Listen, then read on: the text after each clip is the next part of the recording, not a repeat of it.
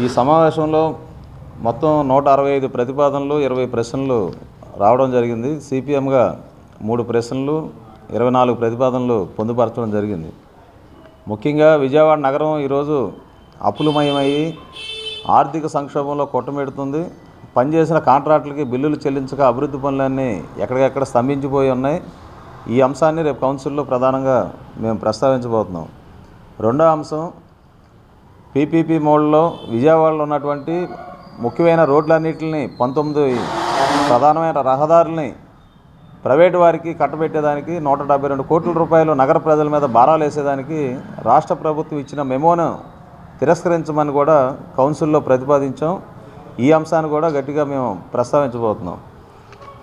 అలాగే 32 కోట్లతో విజయవాడ నగరంలో గాలి కాలుష్యాన్ని నియంత్రించేదానికి పెట్టినటువంటి ఆఫీస్ సైడ్ నుంచి పెట్టిన ఎజెండాలో చేసిన పార్కుల్ని, అభివృద్ధి అయిన పార్కుల్ని, అలాగే బాగున్న రోడ్లు కూడా ఐటమ్స్లో దీంట్లో పెట్టున్నారు.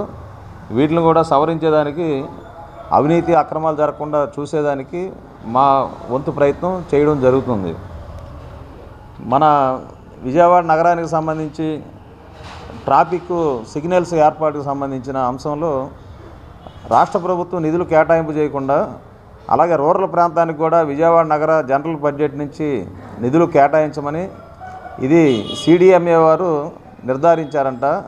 2 సంవత్సరాలు మెయింటెనెన్స్ చేస్తారంట. దానికి 2,59 లక్షల రూపాయలు విజయవాడ నగర ప్రజల నుంచి చెల్లించాలంట. ఈ అంశాన్ని కూడా నిరంకుశమైన వైఖరిది.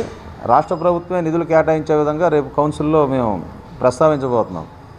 విజయవాడకి ఇవ్వాల్సిన 1,200 కోట్ల న్యాయబద్ధంగా రావాల్సిన నిధుల్ని ఇవ్వకుండా ఈరోజు రాష్ట్ర ప్రభుత్వం ఇంకా భారాలు వేయడం అనేది తగదు.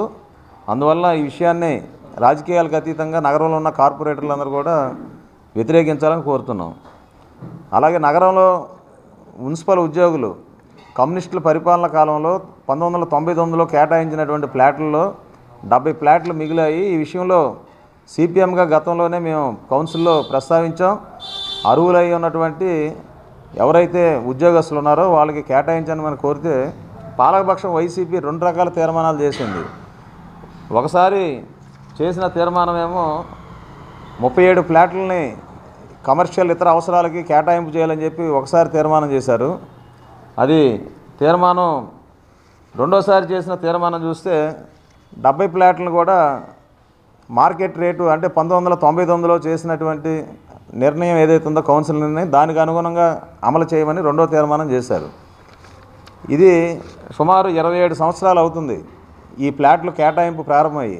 ఇప్పటికి కూడా అర్హులైనటువంటి ఉద్యోగస్తులు ఉన్నా కానీ వీరి యొక్క అవినీతి అక్రమాలని, వాటాలని పంచుకోవడం కోసం ఈ రకంగా సంవత్సరాల తరబడి సాగదీస్తూ పెద్ద ఎత్తున అవినీతి గోలుమాలు జరుగుతుంది. ఈ విషయంలో కమిషనర్ గారు రాష్ట్ర ప్రభుత్వానికి ఈ అంశాన్ని రెఫర్ చేసినట్లు కౌన్సిల్ ఎజెండాలో పొందుపరిచారు. ఇక్కడ అవినీతి మరి అనర్హులకి ఇవ్వకుండా న్యాయంగా నీతివంతంగా ఈ చర్యని చేయాలి.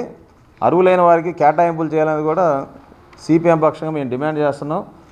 అలాగే మన విజయవాడ నగరంలో స్టేడియాలకు సంబంధించి అభివృద్ధి పూర్తిగా విస్మరించబడ్డాయి.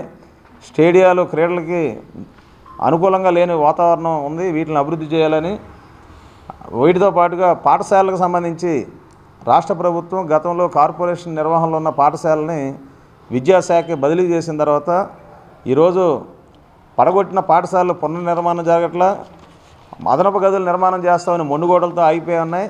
ఇవి సుమారు 200 కోట్ల రూపాయలు విలువ కలిగినటువంటి పనులు ఆగిపోయి ఉన్నాయనేది గత కౌన్సిల్లో కమిషనర్ చెప్పినటువంటి సమాధానం. మరి 200 కోట్ల రూపాయలు మేము పాఠశాలకి, విద్యారంగానికి పెద్దపీట వేస్తున్నామని చెప్తున్నటువంటి నారా లోకేష్ గారు విద్యాశాఖ మంత్రిగా ఎందుకని మీరు కేటాయింపు చేయట్లా విజయవాడ నగరానికి అనేది ఈ రేపు జరిగే కౌన్సిల్లో మేము అడగబోతున్నాం. ఈ విషయాన్ని కూడా రాష్ట్రంలో ఉన్నటువంటి పాలకపక్షం, అలాగే వైసీపీ పాలకపక్షం పట్టించుకోని పరిస్థితి లేదు. అందువలన ఈరోజు నగరపాలక సంస్థలో ఉన్నటువంటి పాఠశాలలు చాలా దారుణమైన స్థితిలో ఉన్న పరిస్థితి కూడా కొనసాగుతుంది. ఇంకా దోమలు విపరీతంగా చీల్చి చెండాడుతున్న విషయం కూడా రేపు కౌన్సిల్లో మేము ప్రస్తావించబోతున్నాం. ముఖ్యంగా కార్మికులకు సంబంధించినటువంటి 5,000 మంది కార్మికులకి వయోపరిమితి కాంట్రాక్ట్ అవకాశ వర్కర్లకి 62 ఏళ్ళు పెంపుదల చేయాలి. అలాగే రిటైర్మెంట్ అయినటువంటి వారి కుటుంబ సభ్యుల్లో ఒకరికి ఉపాధి కల్పించాలి. ఈ 150 మంది నియామకాల్లో జరుగుతున్నటువంటి అవినీతి అక్రమాలని విషయం మీద కూడా రేపు కౌన్సిల్లో మేము ప్రస్తావించబోతున్నాం. ఎందుకంటే 4 ఏళ్లుగా కాంట్రాక్ట్ కార్మికులుగా పనిచేస్తున్న కార్మికులకి ఈ రెగ్యులర్గా ఇచ్చే పనుల్లో గ్రూపుల్లో ఏర్పాటు చేసిన గ్రూపుల్లో చోటు లేకుండా ఎమ్మెల్యే సిఫార్సుల్ని, మేయర్ సిఫార్సుల్ని, లేదు ఎంపీ సిఫార్సులు అనే పేరుతో పెద్ద ఎత్తున అవినీతి చోటు చేసుకొని లక్షల్లో కార్మికుల దగ్గర గోల్మాల్ జరిగిన విషయం కూడా ఈ రేపు జరిగే కౌన్సిల్ సమావేశంలో ప్రస్తావించబోతున్నాం.